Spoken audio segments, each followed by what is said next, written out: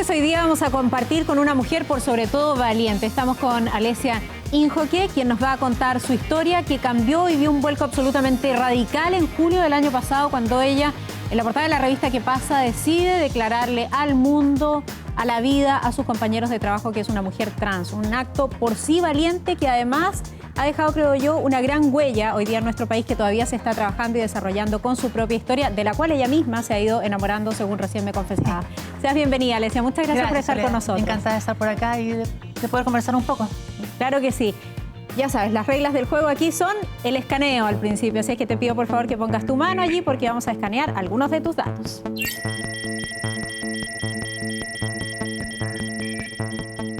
Analizando datos.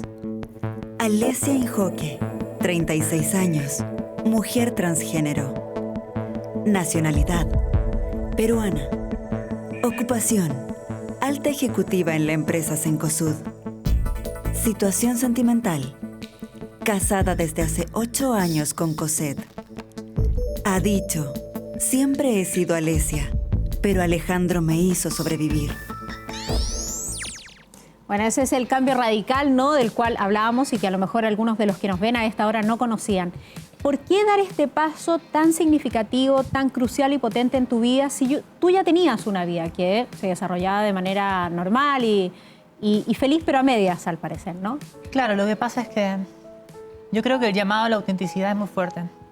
De alguna forma, yo tenía todo lo que muchos podrían decir que querrían. Yo tenía una carrera profesional exitosa, tenía una pareja a la que amo, llamada también en ese entonces. Estaba rodeada de amigos, en general me iba muy bien en casi todo lo que pudiera ver. Tenía una familia con la que me llevo bien. Sin embargo, había algo que me faltaba y era que yo todos los días tenía que mirarme al espejo y negarme quién era. Tenía que repetirme que yo no podía ser quien yo quería ser. Y eso al final te va haciendo daño y te va marcando hasta que eventualmente me decidí a enfrentar mis miedos y bueno, dar el gran paso, en realidad, a comenzar el camino, porque fue todo un camino desde que dije soy transgénero hasta que pude ser finalmente Alesia full time, digamos. Debe ser insoportable negar quién uno es, ¿no? Una de las peores cosas que te pueden pasar. Sí, es doloroso, porque de alguna forma cuando te niegas a ti mismo, lo que sientes es que no mereces cariño. De alguna forma estás fingiendo porque sabes que nadie te va a querer si no mientes. Y eso lo cargas, te pesa. Y eso es lo que tú buscas en algún momento liberar en esta portada que vamos a ver de revista ¿Qué pasa?, que yo ya comentaba, se produjo en julio del año pasado, ¿no? Y que desde ahí estalla algo distinto, porque tú dices, este no es el fin. La verdad es que este es el comienzo. Cambiar en Chile hace un año, Alejandro inició un proceso de transición de género, apoyado no solo por su señora, sino también por la empresa donde trabaja para convertirse en Alesia. ¿Cómo han sido estos meses? Todavía no se cumple un año, pero ya ha pasado un tiempo para una evaluación. Sí, ha sido casi... Sí, un poco menos de un año. La verdad ha sido una locura. Cuando tú te metes a trabajar en sistemas, no planeas estar en medios hablando y menos defendiendo ideas ni nada de todo lo que ha pasado. De alguna forma yo me atreví a salir en la revista porque quería cambiar la imagen que siempre cargué. Esa idea de que las personas trans estamos limitadas a un sector estigmatizado donde realmente no pueden superarse de eso. Personas de las que tienes que alejarte, que no son tus amigos, que no son tus primos, que no son tus hermanos. Y yo quería decirle a la gente, ¿sabes qué? Esta persona que consideras tu amiga, esta persona, este primo, este hermano, este hijo, es trans y todo lo que pensaba de las personas trans es equivocado. ¿Hubo otros gatillantes también para tomar esa decisión y hacerlo público? Yo creo en general fue eso, fue el querer romper un poco todo lo que cargué. De alguna forma también pensé alguna época si me iba del país, pensé irme a Canadá. Primero hubo el plan inicial y después me di cuenta de que no, que si me iba, al final iba a terminar aceptando que viviera una persona inaceptable, porque era como simplemente aceptar, nadie me va a querer, me tengo que ir. Y probablemente, bueno, en el camino fui conociendo a bastante gente trans que me fue inspirando y me fue dando fuerza, porque finalmente yo no soy la primera persona que decide ser visible. De alguna forma mi historia puede haber impactado un poco más por diferentes motivos, pero hubo mucha gente antes que conocí que me inspiró y me dio fuerzas para llegar a donde estoy. Me imagino que quieres tu historia, ¿no? Tienes un cariño por la persona que fuiste en cada etapa. Le he ido agarrando cariño. De hecho, yo estaba un poco peleada antes con quién era. Recién empecé a subir fotos antiguas a Facebook, después transité y logré estar en paz conmigo misma. Pero sí, yo creo que le iba agarrando cariño a las diferentes etapas, incluso a todas las etapas en que fui Alejandro, que para mí finalmente, a pesar de que no era auténtica, fueron un aprendizaje y que es lo que me deja algo diferente en la vida que el resto, digamos. Y te lo menciono porque quiero que repasemos esas imágenes juntas, Encantada. ¿te parece? Veamos.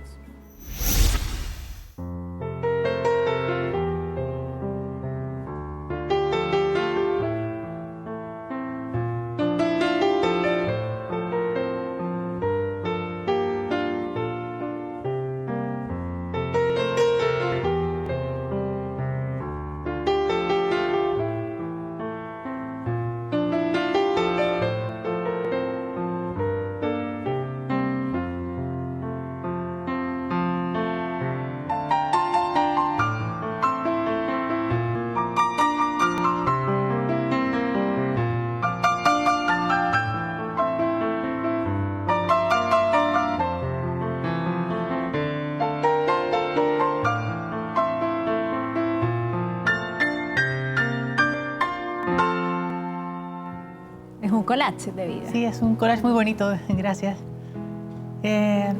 Sí, me genera muchas emociones verlo. Además, esa canción es mi canción de salida de closet. ¿Sí? Sí, esa canción era la que tenía el video con el que le expliqué a toda la gente de mi trabajo lo que había sido mi último año. Todo lo que había hecho y que no había podido contarles porque tenía miedo, porque tenía que hacerlo por mi cuenta hasta poder finalmente contarles quién era, ¿no?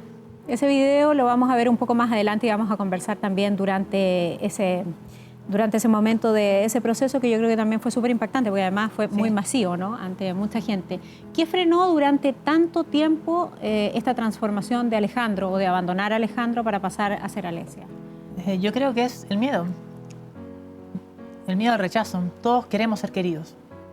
Todos ansiamos amistad, amor. Yo sentía que si le decía al mundo que era trans, que era Alesia, me iban a rechazar. No iba a tener amigos, no iba a tener familia, me iba a quedar sin trabajo. Sentía que no había posibilidades y yo creo que probablemente no las había. Yo crecí en los 80s. En los 80s no había posibilidades, en los 90s tampoco. Ya en el 2000 de repente en algunos países había, pero acá en Sudamérica seguramente no.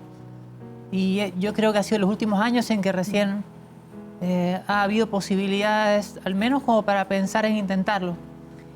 De hecho, tú creciste en una sociedad bastante conservadora, ¿no? Creciste además en Perú, yo creo que una sociedad más conservadora. Sí, es más conservadora. Sí, con padres muy tradicionales, con una línea probablemente culturalmente en este aspecto.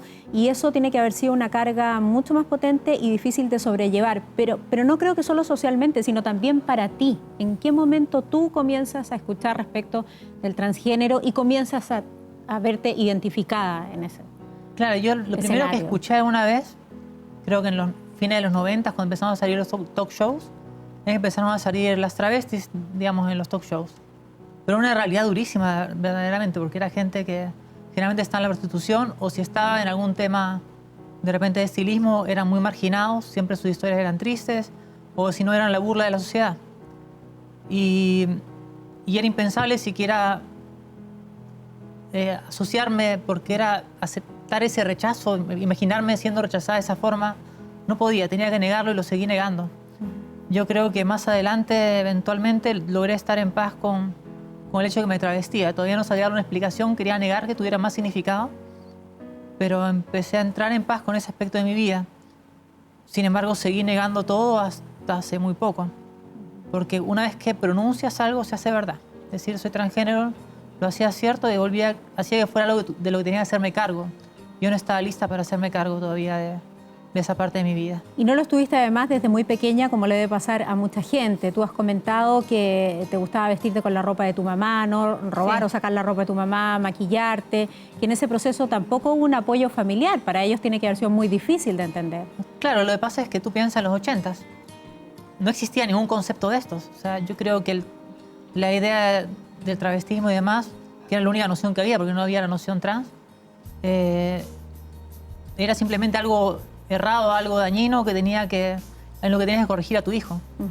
Entonces yo honestamente no tengo memoria de qué me habrán dicho ni cómo habrá sido, pero sí tengo claridad de que aprendí que eso era algo que no era aceptable para la sociedad ni para mis padres, que tenía que reprimirlo si quería cariño finalmente. ¿Pero hoy día los entiendes? ¿Tiene una relación? No, completamente. Es que, ¿una buena relación? Sí, yo no puedo juzgarlos por algo hecho en esa época. En esa época no había información. no había nada que pudieran hacer ellos para informarse y decir, esto es lo que le pasa a Ale. Entonces, ¿qué podría decirles? Realmente ellos hicieron lo mejor que pudieron con la información que tenían.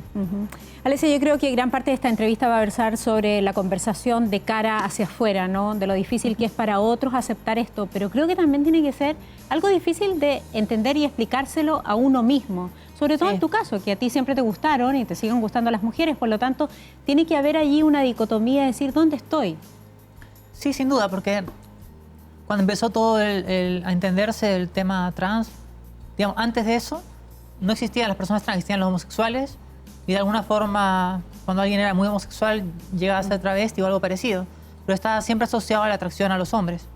Y yo nunca sentí atracción por los hombres, entonces era algo que yo sentía que no encajaba tampoco. Y trataba de asociar las dos cosas sin llegar a ninguna conclusión. También me ocurría que obviamente yo quería ser amada por una mujer porque me interesaban las mujeres y sentía que obviamente si transitaba iba a ser imposible. Bueno, nunca se me ocurrió, digamos, otra alternativa. Y sí, fue un poco complejo empezar a asociar las cosas, pero eventualmente cuando empieza ya a investigarse más sobre el tema trans, aparece que en verdad no todas las personas trans le atraen los hombres, que hay personas trans como yo a las que le atraen las mujeres y es parte de la diversidad humana. ¿Qué fue lo más difícil de aceptarse como una mujer trans? Yo creo que lo más difícil es quitarte todo lo que cargas, porque la verdad es que cargas el hecho de no ser aceptable para la sociedad. A mí me pasaba que siempre estaba como pidiendo disculpas, como que dándole gracias por cosas tan simples como que inviten a su casa. Amén. A mí me habían invitado a casas toda la vida, había estado en todos lados. De repente me veía que cuando empecé a transitar que me invitaban a la casa de alguien y yo me sentía muy agradecida por el simple hecho de que me habían invitado a una casa. Cuando no querían, cuando dejaban a sus hijos se acercaran a mí, para mí era algo hasta chocante porque yo pensé que no querrían que se acerquen a mí. O sea, son cosas que cargas realmente y que son fuertes.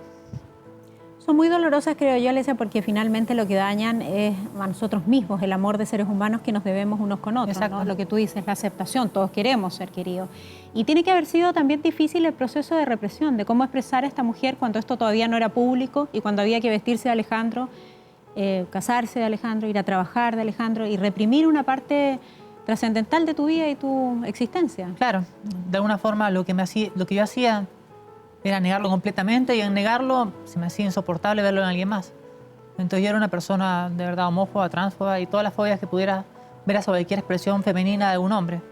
Porque era algo que yo tenía que convencerme todos los días de que estaba mal y que no debía hacerlo. Y verlo en alguien más me resultaba completamente insoportable. Mira, o sea, desde ahí puedes entender esa fobia que existe. Sí, o sea, a mí no se me haría extraño pensar que alguien que es trans o gay sienta fobia porque tienes que negarte algo en ti. Cuando lo ves a alguien más se te hace insoportable. Todo lo que has construido profesionalmente, que no es poco, porque eres muy exitosa, lo construiste, Gracias. sin embargo, en su mayoría como Alejandro. Sí. Hoy día cuando tenemos esta discusión de equidad de género, de la posición que las mujeres tenemos en el mundo versus los hombres, ¿crees que podrías haber llegado tan lejos siendo Alesia? Es bien difícil saberlo, porque la verdad es que yo ya logro observar que hay diferencias desde el trato cuando vas creciendo, que te van formando y te van dando ciertas habilidades, hasta en la forma que nos relacionamos de adultos. Entonces me es difícil medir hasta qué punto influiría o no. Pero no me cabe duda que habría influido en las elecciones que habría tomado en mi vida. Si hubiera crecido como Alesia, no sé dónde estaría, probablemente estaría feliz en algún otro lado, pero de repente no en mi situación profesional. Porque es tan básico como que, por ejemplo, el ejemplo que yo siempre le pongo a la gente es que cuando estás en la adolescencia, a los hombres le dicen sal a cazar, a las mujeres le dicen cuídate. Y eso en los negocios es muy relevante porque en los negocios tienes que correr riesgos, en los proyectos tienes que tomar algunas decisiones rápidas y normalmente lo que se ve es que las mujeres suelen ser más precavidas y eso finalmente puede ir en desmedro de la carrera profesional en comparación a un hombre, por poner un ejemplo muy simple, ¿no? Claro, de hecho tú estuviste en la implementación de estos sistemas y estos procesos donde hay que estar súper pendiente y desde ahí estuviste desde el rol de Alejandro. ¿Has notado cierta diferencia ahora desde Alesia? La verdad es que no nada importante, porque de alguna forma... Lo mismo, claro. Digamos, es difícil saber qué hubiera pasado si hubiera entrado directamente como Alesia. Mi jefa es mujer, estoy rodeada de mujeres que tienen mucho talento profesional, así que no sabría decir cómo en esta situación me habría resultado entrar como una mujer más a trabajar. Pero en este momento yo ya me había ganado la digamos, el respeto profesional de mis pares, así que no es que me lo haya tenido que ganar nuevamente como Alesia, ya lo tenía. Y no te lo quitaron siendo una mujer trans. Nadie No, ha puesto para en nada. duda eso hoy día. Sí, por suerte no, es algo que yo tenía mucho miedo. Yo ya estaba lista para, transitando, volverme a ganar el respeto de todos, pensando que lo perdería, volverme a ganar la confianza y ir rompiendo los prejuicios, pero la verdad es que no hubo nada de eso, tuve mucha suerte. O sea, cuando viste esta entrevista, además pensaste que ibas a empezar profesionalmente de cero. Claro, o sea, de repente no de cero en mi cargo, pero perdiendo toda la confianza, ¿no? Que la gente empezara a dudar, que de repente prefirieran no invitarme a las reuniones, que empezaran a dar por ahí cosas menos importantes. Pensé que de repente habría tenido que empezar de cero en ese sentido. Afortunadamente no fue así. La verdad es que la confianza se mantuvo, las asignaciones se mantuvieron y tengo harta pega. Y tienes mucha pega, y de sobre esa pega. Mi idea original era preguntarte cómo se entierra Alejandro, una persona que sigue viva. Pero la verdad es que después de leerte y escucharte mucho, siento que está más enterrado, ¿no? De lo vivo que podría estar.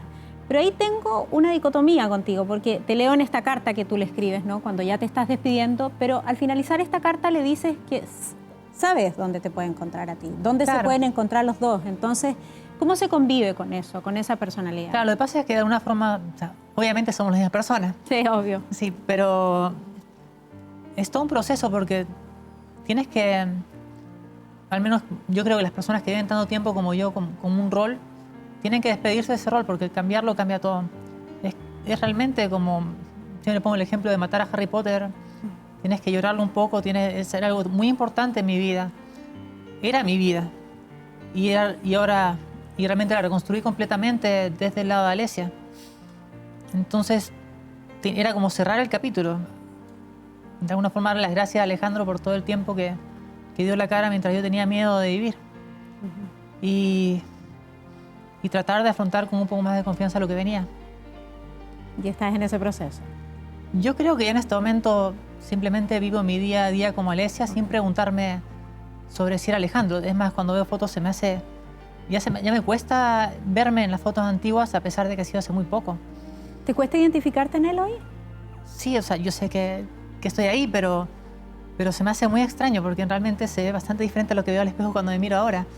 Y como ya hace tiempo que, a pesar de que no fue tanto tiempo, es tan cotidiano verme al espejo y ser yo misma todo el día, que cuando me pongo a recordar cómo era ser Alejandro, se me hace muy distinto. Yo era una persona distinta en muchos aspectos. Yo era una persona más distante, ahora soy una persona muy cercana, muy cariñosa.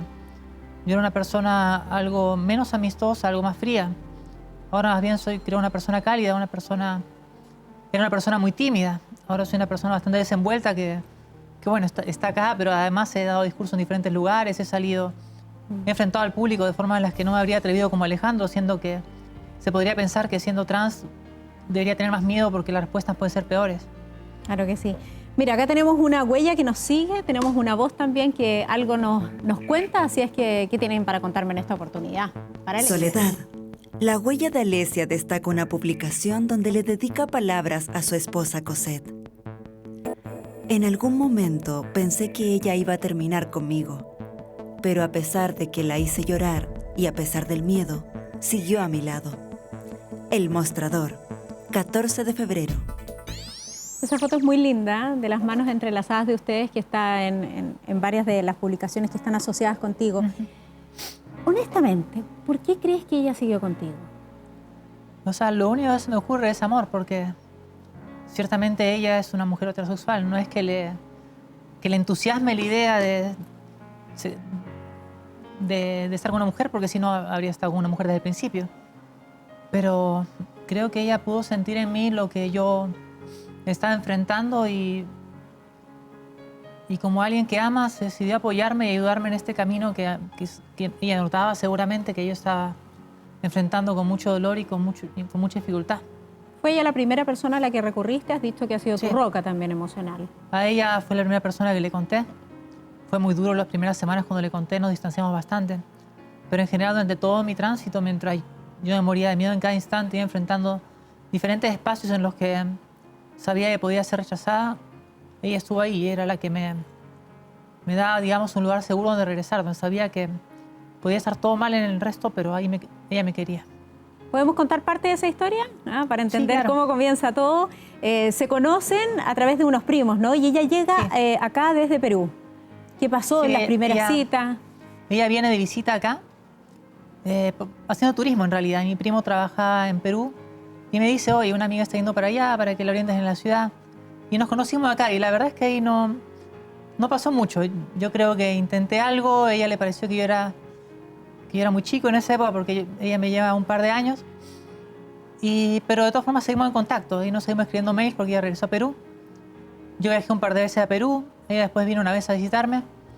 Y ya para cuando regresé a Perú el 2008, porque regresé también por trabajo un periodo ahí, empezamos a pololear en ese año nuevo. Y hubo regalo de anillos, además. No, bueno, los anillos fueron bastante más adelante, pero digamos, esa fue que bailando una noche, atípicas como somos, ella me dice... ¿Y qué somos? Bueno, ¿y qué somos? ¿Ves? Y a lo que yo le digo, bueno, ¿quieres estar conmigo? Que es la forma en que se pide pololeo allá, ¿no? Y desde ahí empezamos a pololear, fue hace 10 años ya. Y estamos revisando fotos de esa historia de amor. ¿Cuándo se casaron? Nos casamos el 2010. ¿Pensaron en ese momento tener hijos? La verdad, creo que sí lo pensamos en algún momento, pero nunca con tanta decisión. Creo que siempre estuvo la duda presente sobre si sí o si no. Y se fue postergando y bueno, todavía no tenemos hijos. ¿Qué pasa en la relación de ustedes cuando había que travestirse, pero hacerlo de manera más permanente, no tan ocasional? ¿Eso empieza a dañar la relación Sí, o es sin parte duda. de ustedes? O sea, yo creo que el momento de quiebre que tengo es porque de alguna forma yo fui avanzando en mi expresión en el sentido de hacerlo un poco más femenina. No muy marcado, pero cuando yo veo mis fotos antiguas en verdad no era mucho más femenina de expresión, era bastante masculina todavía. Pero para mí significaba un gran cambio esos pequeños pasos. Y a mi esposa eso le chocaba porque ella decía, bueno, entonces, ¿qué está pasando? Y llega el punto en que tengo que reconocerlo, tengo que reconocer que todos esos pasos que daba no era solamente algún tipo de travestismo, sino que era realmente algo más importante, porque en verdad cada pequeño paso, por más pequeño que fuera, me hacía muy feliz. Y cada vez que tenía que revertirlo, me entristecía. Todo eso no era solamente algo como pasajero, un hobby ni nada parecido, era parte de mí que yo estaba negando y llegó el punto en que tuve que reconocerlo. ¿Y cómo es hoy esta relación? Yo creo que es una relación bonita, con mucho cariño, con mucho apoyo y muy honesta. No sabría describirlas. Yo creo que de repente en muchas cosas típicas ya está aburrida, como muchas parejas casadas en las que es más rutinario que una pareja llena de emociones, digamos. Pero bueno, desde algún punto somos algo atípicas también, ¿no? Tenemos alguna historia de contar. Y cuéntame alguna de esas historias. En el día a día, ¿cómo es lo cotidiano? ¿Igual que el resto de las parejas? Sí, yo creo que es igual que el resto de las parejas. Yo creo que mi rol en la casa sigue siendo... Creo que la división de roles no ha cambiado tanto, a pesar de que hemos cambiado bastante las dos. Probablemente varía en que yo soy bastante más cariñosa que lo que era como Alejandro. Pero en el día a día típico, simplemente, no sé, nos despertamos, desayunamos, de repente me voy a trabajar, ella se queda haciendo alguna cosa, salimos después a comer a algún lado, vamos al cine. Yo creo que son cosas muy rutinarias, típicas. Claro. Nada como te lo natural. decía al principio, como todas las parejas, ¿no? Sí, yo creo que es lo que hace cualquier pareja en su día a día.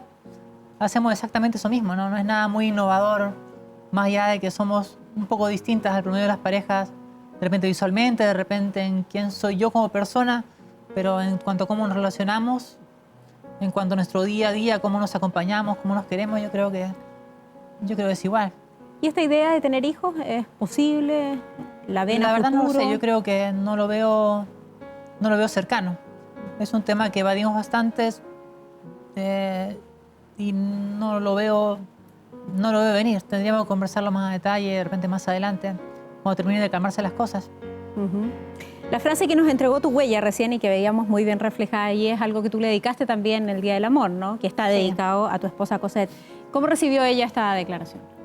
Yo creo que entusiasmada, no sé. Quiero pensar que se emocionó un poco y que finalmente le habrá llegado un poco al corazón.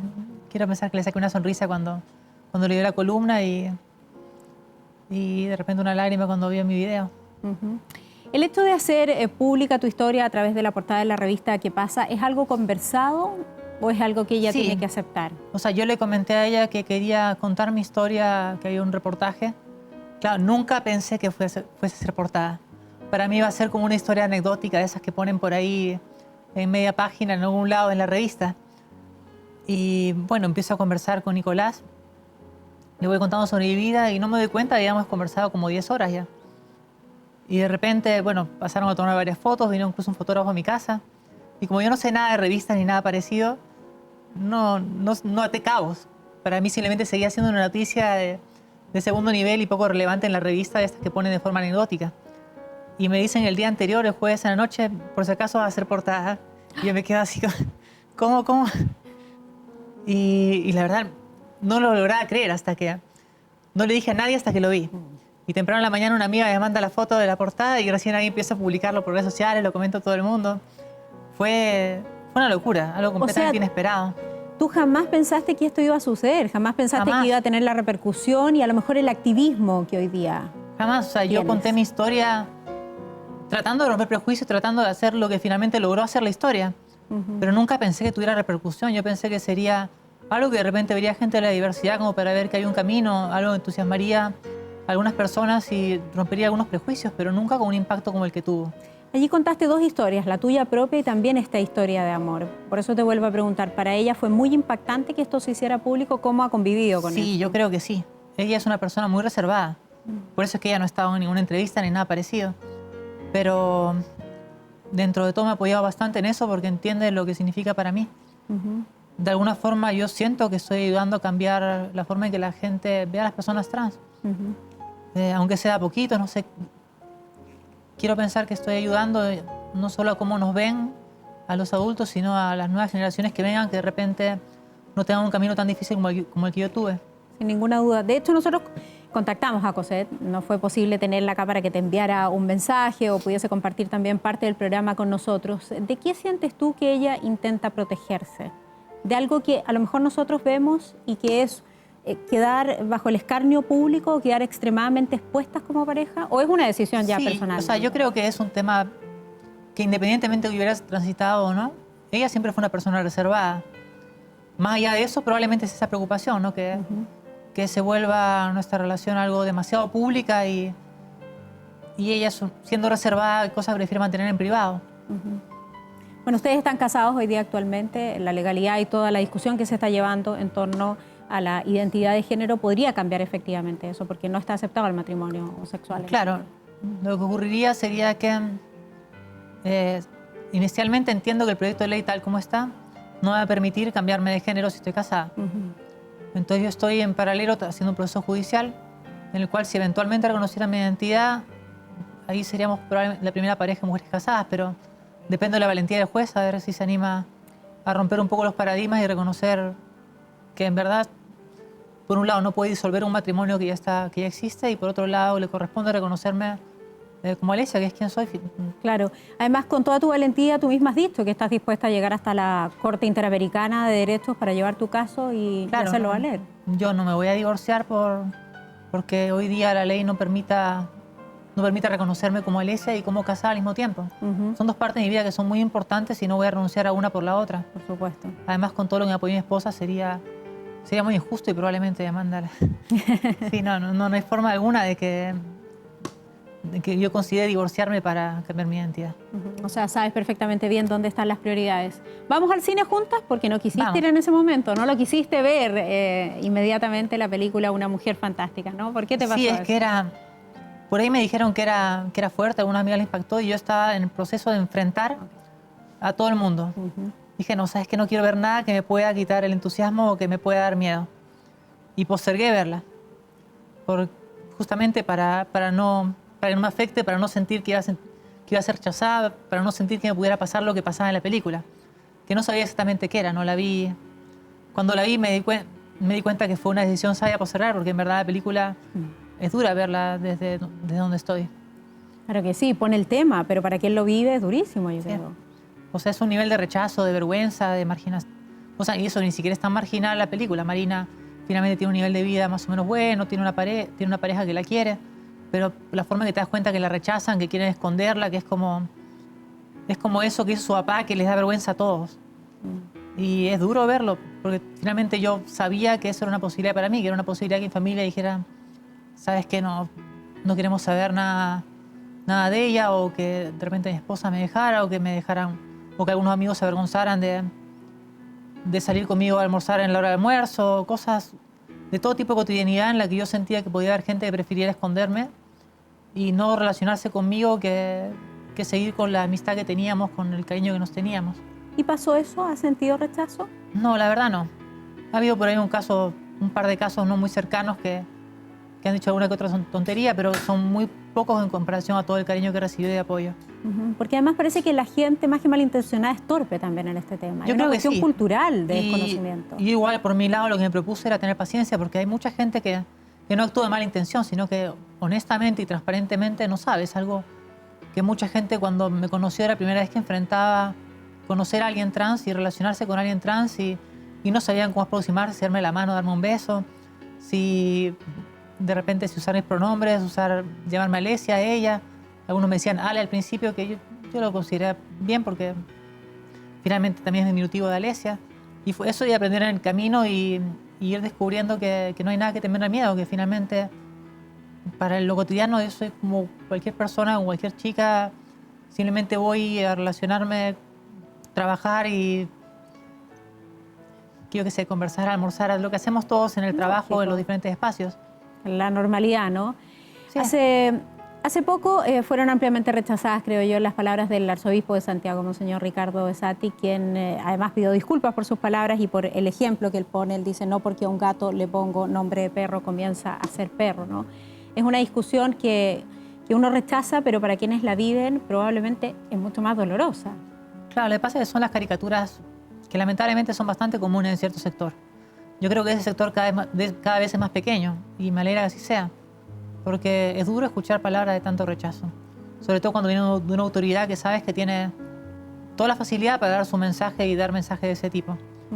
Y ese mensaje tiene dos partes duras. Una es que hace una caricatura de un grupo de personas, y la otra es que es además falso, porque pretende decir, bueno, tienes una especie no puede pasar a otra especie.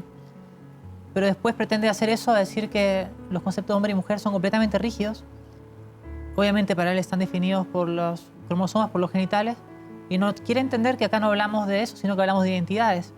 Acá hablamos de quién me siento que soy, cómo me identifico, que es algo finalmente de mi cerebro, algo de mi ser, que no está relacionado de forma amarrada, exclusiva y única a cómo son mis cromosomas y otras características de biología masculina, digamos. Separar la sexualidad de la identidad. Claro, son dos cosas que, es verdad, generalmente están amarradas en el sentido que la mayor parte de la gente con una sexualidad tiene una identidad. Hay otro gran grupo que tiene otra sexualidad y tiene otra identidad. Pero vemos personas que no calzamos en eso y no por eso no existimos. Por eso mismo tú le enviaste al Papa a través de Twitter un mensaje muy bonito que a lo mejor puedes recordar ahora, cuando visitó nuestro país. No me acuerdo exactamente de todo lo que dije, pero me acuerdo de las frases principales, que lo natural es que seamos libres de ser y amar. Hay toda una idea de que no es natural ser trans. No es natural negarse, no es natural tener que todos los días despertarte y mentirle al espejo y mentirle a tu entorno para que no te rechacen. Lo natural es aceptarte, es ser libre de ser y amar. Cuando aún no hacías la transición, tomaste una buena decisión, como buena ingeniera, ¿no? En esto de particular. Sí, bastante. Y en esto de la Carta Gandhi y de planificar. Y en eso también estuvo incluido un viaje al extranjero con Cosette, para sentirte libre y poder vivir esta expresión. ¿Nos puedes contar algo de esa experiencia? Claro, nos fuimos a Europa por 25 días. Fue a Europa porque de alguna forma era un lugar que daba menos miedo, digamos, era un... Ahí está la foto. En general, digamos, por allá yo esperaba encontrar menos discriminación, menos problemas. No sabía cómo serían. ¿Cómo fue? Llegando allá me di cuenta que a nadie le importaba en absoluto que yo fuera trans, era completamente irrelevante en las calles. Cuando entraba al baño, que me daba miedo, las chicas me conversaban y para mí era muy extraño, muy atípico, pero la verdad es que no le importaba a nadie en absoluto que yo fuera trans. Era como, ok, ningún lío. Y eso no era tema, no era tema para nada. De verdad era... Para ellos era como cotidiano, ni siquiera levantaban una ceja. Era parte de repente del respeto al que están acostumbrados con los demás. Y me ayudó a tener tranquilidad durante todo ese viaje y poder empezar a expresarme un poco más libremente. Ir ganándole de confianza.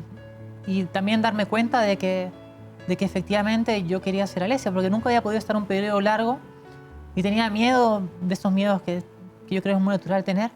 de que de repente si me tocaba estar todo el tiempo como Alesia, extrañaría ser Alejandro. Y no pasó, más bien lo contrario. Lo que me ocurrió es que cuando tuve que regresar me chocó muy fuerte volver a tener que ser Alejandro. Me pegó durísimo las primeras semanas. Me tomé un par de meses en volver a acomodarme sabiendo que iba a ser temporal, pero fue muy duro. Muy violento, ¿no? Volver a vestirse con los pantalones, con la camisa, claro, cumpliendo el rol de Alejandro. O sea, después de un mes casi de libertad, tener que regresar a mentir todos los días es duro. ¿Y por qué si tenían o habían analizado la opción de vivir en Canadá o en Chile optan por Chile, conociendo la sociedad chilena? Lo que pasa es que para mí el punto no era tanto si Canadá o Chile eran mejores, sino que si yo me iba de Chile estaba aceptando el rechazo de la gente. Estaba diciéndome a mí misma, ¿sabes qué? Acá no voy a conseguir que la gente me quiera. Mis amigos no me van a querer, me van a rechazar la familia, me van a rechazar en el trabajo. Y no podía irme sin antes intentarlo, porque eso hubiera sido vivir toda la vida con la carga. Lo mismo que te habría pasado probablemente en Perú, que podría haber sido otro escenario para establecer su vida. La verdad es que ya cuando transito acá en Chile, yo vivía acá en Chile. Yo no me vine a Chile acá pensando en transitar, me vine acá por pega. Es un lugar donde pasé una parte de mi infancia además y al que le tengo mucho cariño, y al final quedándome y pasando tiempo acá, Chile ya es mi hogar. Y decidí transitar acá porque era mi hogar, más que porque Chile o Perú o Canadá fueran mejores. Este era mi hogar, es donde tengo mis amigos, es donde tengo mi trabajo, donde está mi esposa conmigo. Y no quería irme sin antes decirle al mundo, ¿sabes qué? Esta soy yo. Y tratar y arriesgarme a que me rechacen, pero arriesgarme también a que me quieran. Cuando pasó esto de la portada y decidiste contarlo y lo hiciste público, llegaron muchos mensajes de Perú también, como tú relatas, ¿no? Pero ¿volviste allá y la reacción fue la misma? Sí, la verdad es que me recibieron con cariño todos mis grupos de amigos. Yo no sabía cómo sería porque la verdad, cuando crecimos podría decirse que muchos grupos eran algo machistas, eran de repente como todo grupo masculino que entre hombres hablan estupideces. con la disculpa del caso, pero hablábamos, no sé, yo creo que es parte de la amistad masculina y les tengo mucho cariño. Y todo estuvo bien. Fui allá y no hubo ningún problema, fue conversar. Obviamente tenía muchas preguntas y yo siempre he sido bastante abierta para responderlas porque creo que es la única forma de romper estas barreras que a veces se crean por miedo. Yo aquí te veo tal como tú te has descrito, con mucha honestidad, con mucha tranquilidad además. Mucha tranquilidad de quién eres, de dónde estás hoy día sentada, etcétera. Pero también me imagino que tiene que haber costos súper altos de asumir algo como esto en una sociedad que sigue siendo conservadora. Nosotros decimos que somos muy liberales. Hoy día hay cosas que no se pueden decir públicamente, ¿no? Rechazamos públicamente la discriminación. Pero al interior de nuestras casas somos bastante más duros con aquello que es distinto a lo nuestro o que vemos como distinto a lo nuestro. Claro. O sea, para mí lo primero que yo ya tengo súper claro es que yo no puedo caminar libremente en cualquier lado. O sea, a mí me ha pasado que cargando combustible en una estación de servicio alguien me cortó el neumático. ¿Acá? Claro, acá. Sí, y eso es algo que no me pasaba como Alejandro. Y yo no creo que me hayan cortado por cuestión del azar. Yo presumo que tiene que estar relacionado a que era trans, a que soy trans. Aunque no lo sé si es cierto. Un par de veces me han chocado con el hombro de forma algo agresiva. Y en general tengo bien claro que no debería salir de noche en zonas algo peligrosas y precauciones que antes no tenía. Claro, algunas de estas son parte también de ser mujer, porque todas las mujeres nos cuidamos más también del peligro y de ciertas zonas. Pero son cosas en las que voy, que son parte del riesgo que asumí, digamos, de ser auténtica. Pero son cosas y miedos, creo yo, súper legítimos. No quiero poner la comparación, pero aquí mismo en nuestro país asesinaron a Daniel Zamudio a propósito de quién se levanta la ley antidiscriminación. Y lo que a él le sucede es que lo acorralan y finalmente lo terminan asesinando. Y yo conozco bastante gente a la que le han pegado por ser trans. O sea, y simplemente le han pegado por pegarle. O sea, sin ninguna provocación ni nada que justifique, imaginando que algo podría justificar pegarle a alguien, pero sin ninguna discusión, sin ningún intercambio de palabras, que alguien decidió el típico pegarle al maricón. Y es duro saber que eso pasa. O sea, realmente es una preocupación, algo constante. Hay veces que se me acerca gente en la calle a preguntarme cosas y siempre estoy con alguna preocupación, guardando distancia, a ver qué están haciendo o qué no, y la verdad es que eran preocupaciones que yo no tenía antes. Pero no agredirte a preguntarte algo sobre tu identidad. No, o sea, a veces se me acercan y a preguntarme la hora, pero no sé si... O sea, probablemente no es nada lo que te va a preocupar, pero ahora tengo preocupación de cómo se acerca la gente. Antes, si me preguntaban la hora, me estaba preguntando la hora. Ahora, de repente, es preocupación muy exagerada. Es difícil saberlo, pero ahora por lo menos miro con cuidado y analizo cómo se está acercando, qué distancia tiene. voy midiendo cosas que antes no medía, no tenía esa preocupación no existía antes para mí. Estás más atenta. Decías tú que cuando estuvieron de viaje no existía esta preocupación. Nadie, No, la para verdad nada. es que está pendiente de la vida del otro, ni juzgando al otro, ni indicándolo con el Sí, dedo. en absoluto. Como sociedad chilena, ¿estamos muy atrás en esta cadena? Yo creo que Chile se ha puesto bastante al día en los últimos años. Y mi caso habla de eso, porque finalmente, si bien yo tuve que enfrentar mis miedos, al mundo, encontrar mi historia, en mi empresa me recibieron con los brazos abiertos. Y yo creo que eso es algo que en otros países todavía no se puede. Yo creo en general Chile ha avanzado mucho y ojalá sigamos avanzando a este ritmo. Ahora veía la última estadística, decía que solo el 11% de la gente se opone a la ley de identidad de género. Es una cifra bajísima de rechazo cuando antes probablemente 11% estaba a favor. Y vamos a escuchar algo antes respecto de tu vida que nos trae La Huella para nosotros. Soledad. La huella de Alesia nos arroja un video de su canal de YouTube de julio de 2017.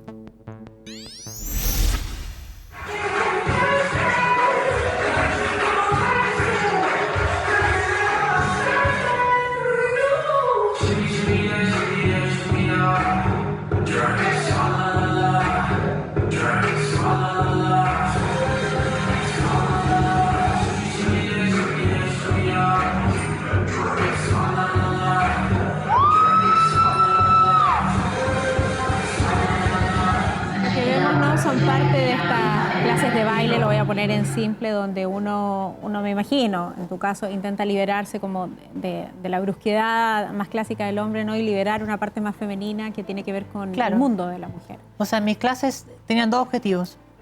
Uno era efectivamente eso, empezar a de repente poder moverme de forma un poco más femenina. Y otro era empezar a hacer cosas que me dieran miedo, como para afrontar después a lo que me da mucho más miedo, que era salir del closet. Como que dije, bueno, en el mundo del baile, primero, no sé nada, así que voy a bailar pésimo. Si logro enfrentar ese miedo de ser torpe ahí, de repente me va a ayudar a enfrentar el miedo más adelante. Y además era un sitio en el que yo quería que salir del closet y contarle a mis amigas del baile, a mi profesora de baile, no daba tanto miedo en el sentido de probablemente lo entenderían mejor y sería un sitio donde dar un paso enfrentando mis miedos y yendo de este camino.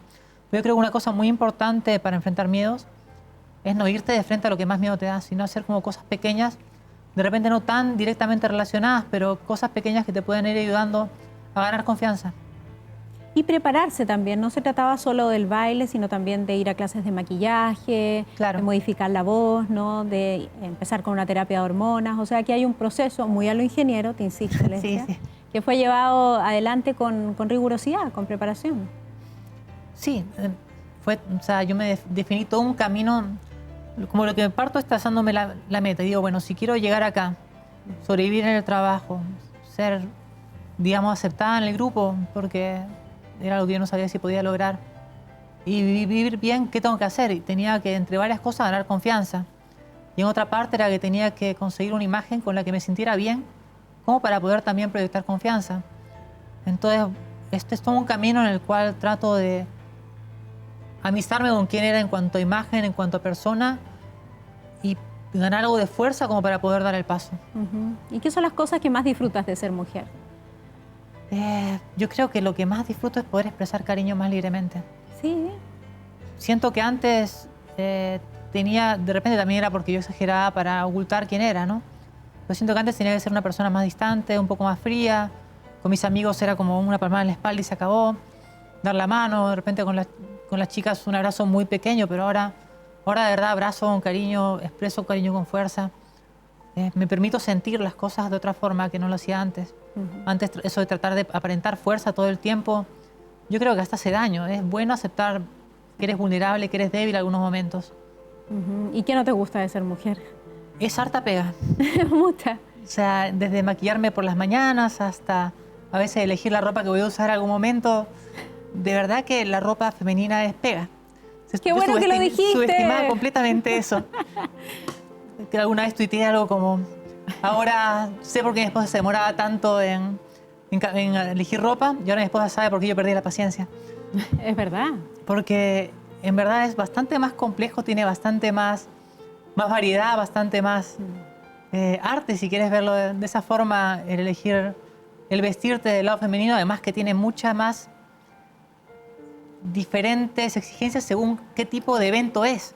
Estás más expuesta a la crítica. También, te miran más. O sea, yo también, hay un punto que no sé si me miran por ser trans o por ser mujer, pero ya me he dado cuenta que a las mujeres las miran mucho más en la calle que a los hombres. A mí no me miraba nadie.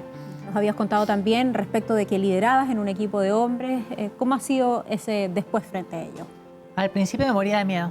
La verdad es que por más que llegué al siguiente día convencida y tratando de estar segura, tuve un par de 2, 3 semanas en las que yo estuve como todavía algo temblorosa, todavía con algo de dificultades para relacionarme y con miedo de que me fueran a mirar o decir algo. Aparte sabiendo que obviamente yo había sido el chisme absoluto en toda la empresa y que se había recorrido por todos lados la noticia, ¿no? Porque es una noticia esa que no pasa piola. No.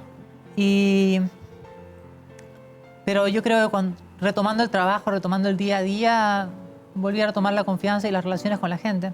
Además que yo creo que hubo un importante grupo, sobre todo en mi equipo, en que tomó también la parte personal de querer integrarme y protegerme un poco. Entonces yo estoy muy agradecida a todos los que me apoyaron en ese camino. Tú trabajas en Cencosud y ahora quiero invitarlos a ustedes a ver ese momento, ¿no? Cuando tú los enfrentas, un momento preparado, tú haces una presentación y hay una reacción preciosa, además de aquellos que te están escuchando. Vamos a recordarlo. No hay estadísticas exactas todavía, pero se calcula que más o menos 1 de cada 10.000 personas son transgénero. Me ha costado mucho llegar a este momento, pero hoy día me tengo que contarles. Yo soy transgénero. Esto ha sido en verdad un camino muy difícil. Aprendí a comportarme como hombre porque me enseñaron que lo opuesto era pecado, era enfermo. Estaba mal, tenía que suprimirlo. Pero fingir y negarme ha sido algo que siempre me generó dolor. Después de mucho darle vueltas y luchar bastante, llegué a la conclusión de que en verdad no hay nada malo en mí. Ser transgénero no es una enfermedad y por lo mismo no hay nada que curar. Pronto a partir de mañana en realidad voy a presentarme como siempre fui. Mi nombre es Alesia. Espero que recuerden más bien que soy una persona con la que trabajaron, con la que resolvieron problemas, sacaron temas adelante. Soy alguien como ustedes finalmente, con alegrías, tristezas.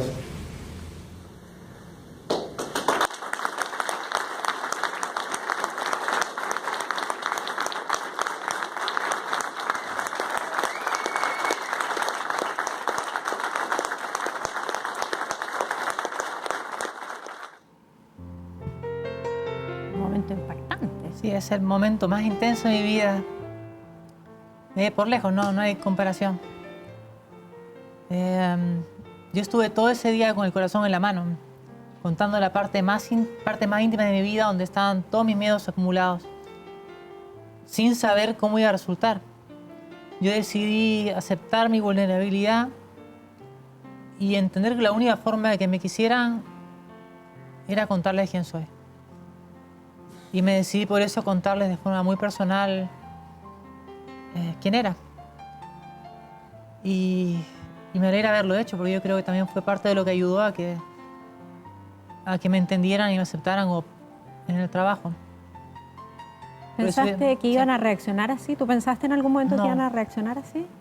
Yo pensé que, jamás imaginé que sería con aplausos y menos de esa forma.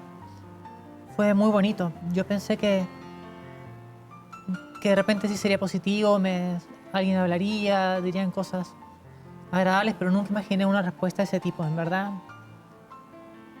Fue muy intenso, fue muy bonito, es el mejor momento de mi vida, no hay comparación. Ese momento marca un antes y un después. Y ya nunca volví a ser Alejandro, siempre fui yo misma de ahí en adelante. Y todo esto termina además con un gran abrazo. Ellos se paran Sí. espontáneamente junto a ti. O sea, lo que ocurre después y que no llegue a grabarlo, porque la verdad es que yo termino ahí, me aplauden, me pongo a llorar. Y después de eso habla el gerente de mi área, la gerente de recursos humanos, comentando que bueno, que la empresa es una empresa donde acepta la diversidad, que nuestra política es el respeto y esperan que todos actúen de esa forma. Que yo voy a empezar a usar el baño de mujeres porque soy mujer y que me dan la bienvenida. Y después de eso yo digo unas palabras en las cuales me acuerdo que digo algo como que yo prometo enfocarme más en el fondo que en las formas, que entiendo que todos van a tener un proceso de repente de aprendizaje y que tranquilos porque yo no me voy a ofender si no hay mala intención. Y de repente alguien no me acuerdo si se para o no se paró, pero dice, un momento, que hay algo mal. No puede ser que ella esté sola para adelante. Yo no sé ustedes, pero yo voy adelante con ella. Y viene conmigo y se para, y me abraza, y después vienen todos y ahí me desplomo en llanto. Ahí sí, ese momento, bueno, como varios momentos durante ese día me superó y fue muy bonito y muy intenso, en verdad, era un sueño. Yo creo que era algo que yo hubiera esperado ver solamente en películas y me estaba pasando a mí. Y así lo has dicho en otras oportunidades. No te imaginaste ni el mejor escenario, podría haber sido solo una película, pero no precisamente para tu vida. Un cambio valiente, un cambio importante, del cual nosotros hemos sido parte en esto también, de conversar contigo y conocer de manera más íntima tu historia. Solo para finalizar esta conversación, ¿qué esperas para el futuro? ¿Cómo lo ves durante los próximos años? ¿Seguir aquí en Chile? ¿Seguir con el matrimonio? ¿Algunos proyectos que puedas avanzarnos? La verdad, todo fue tan loco que nunca tuve tiempo de planificar. Recién hace poco estaba dándole vueltas a cómo va a seguir mi vida. Y yo creo que de alguna forma voy a seguir compatibilizando mi trabajo con todo lo que hago fuera del trabajo. De alguna forma estoy tratando de hacer charlas motivacionales, hablo con gente de la diversidad, hablo con diferentes organizaciones, repitiéndoles la idea de que hay esperanza, que no se rindan, porque lamentablemente es muy común el suicidio en la diversidad. Y ese suicidio llega por la desesperanza, la idea de que no hay un futuro, de que nadie nunca me va a querer, de que nadie nunca me va a amar, de que nunca voy a poder ser una persona auténtica. Y yo trato de decirles que sí se puede, que no se rindan, que a veces los sueños se hacen realidad y que mientras haya vida se puede seguir soñando. ¿Eres feliz? Soy muy feliz.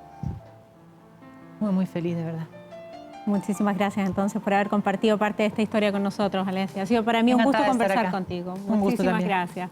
Muchísimas gracias. Gracias también a ustedes por participar de esta historia, de este capítulo. Hay un poco más del relato de Alesia, pero eso pasa en nuestro sitio web. Lo pueden ver en www.mega.cl para compartir allí con nosotros otros momentos de esta entrevista que, como ya digo, los pueden ver a través de nuestra plataforma. Con una conversación preciosa esta noche, nos despedimos de ustedes y ya nos volvemos a encontrar en un nuevo capítulo. Que estén bien.